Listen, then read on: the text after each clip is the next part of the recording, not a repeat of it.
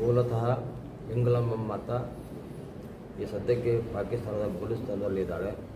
ಮೂಲಪೀಠ ಅದು ಮೂಲಪೀಠ ಇಲ್ಲಿ ನಮ್ಮ ಬೆಂಗಳೂರಿನಲ್ಲಿ ಈ ಎಂಗಲಾಂಬ ಮಾತಾ ಮಂದಿರದ 10ನೇ ಆರಾಧನಾ ಮಹೋತ್ಸವಕ್ಕೆ ನಾನು ಭಾಗವಹಿಸುತ್ತಿರುವ ಭಾಳ ಅತ್ಯಂತ ಸಂತೋಷ ನೀಡಿದೆ ನನಗೆ.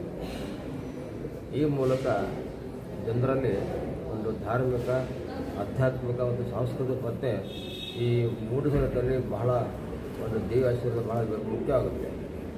ಈ ಥರ ಒಂದು ಧಾರ್ಮಿಕ ಸಾಂಸ್ಕೃತಿಕ ಕಾರ್ಯಕ್ರಮ ಮಾಡೋದ್ರಿಂದ ನಮ್ಮಲ್ಲಿ ಒಳಗಿನ ಒಂದು ಆಧ್ಯಾತ್ಮಿಕ ಭಾವನೆ ಜಾಗೃತ ಆಗುತ್ತೆ. ಅದಕ್ಕೋಸ್ಕರ ಇಂಥ ಕಾರ್ಯಕ್ರಮಗಳು ಪ್ರತಿ ವರ್ಷ ಕಾಲಕಾಲಕ್ಕೆ ನಡೀತಾ ಇರಬೇಕಾಗುತ್ತೆ. ಅವಾಗ ಸಮಾಜ ಸಂಘಟಿತವಾಗುತ್ತೆ, ಎಲ್ಲ ಸಾಂಸ್ಕೃತಿಕ ಒಗ್ಗಟ್ಟಾಗ್ತವೆ, ಧಾರ್ಮಿಕವಾಗಿ ಸಂಘಟನೆ ಬೆಳೀತದೆ. ಹೀಗಾಗಿ ಇದು ಒಂದು ಸಮಾಜ ಸರ್ವಾಂಗೀಣ ಪ್ರಗತಿಗೆ ಒಂದು ಗುಣದಾಗುತ್ತೆ. ಹೀಗಾಗಿ ಇಂಥ ಒಂದು ಕಾರ್ಯಕ್ರಮಕ್ಕೆ ನನ್ನ ಕರೆದರು, ನಾನು ಬಂದು ಭಾಗವಹಿಸಿದೆ.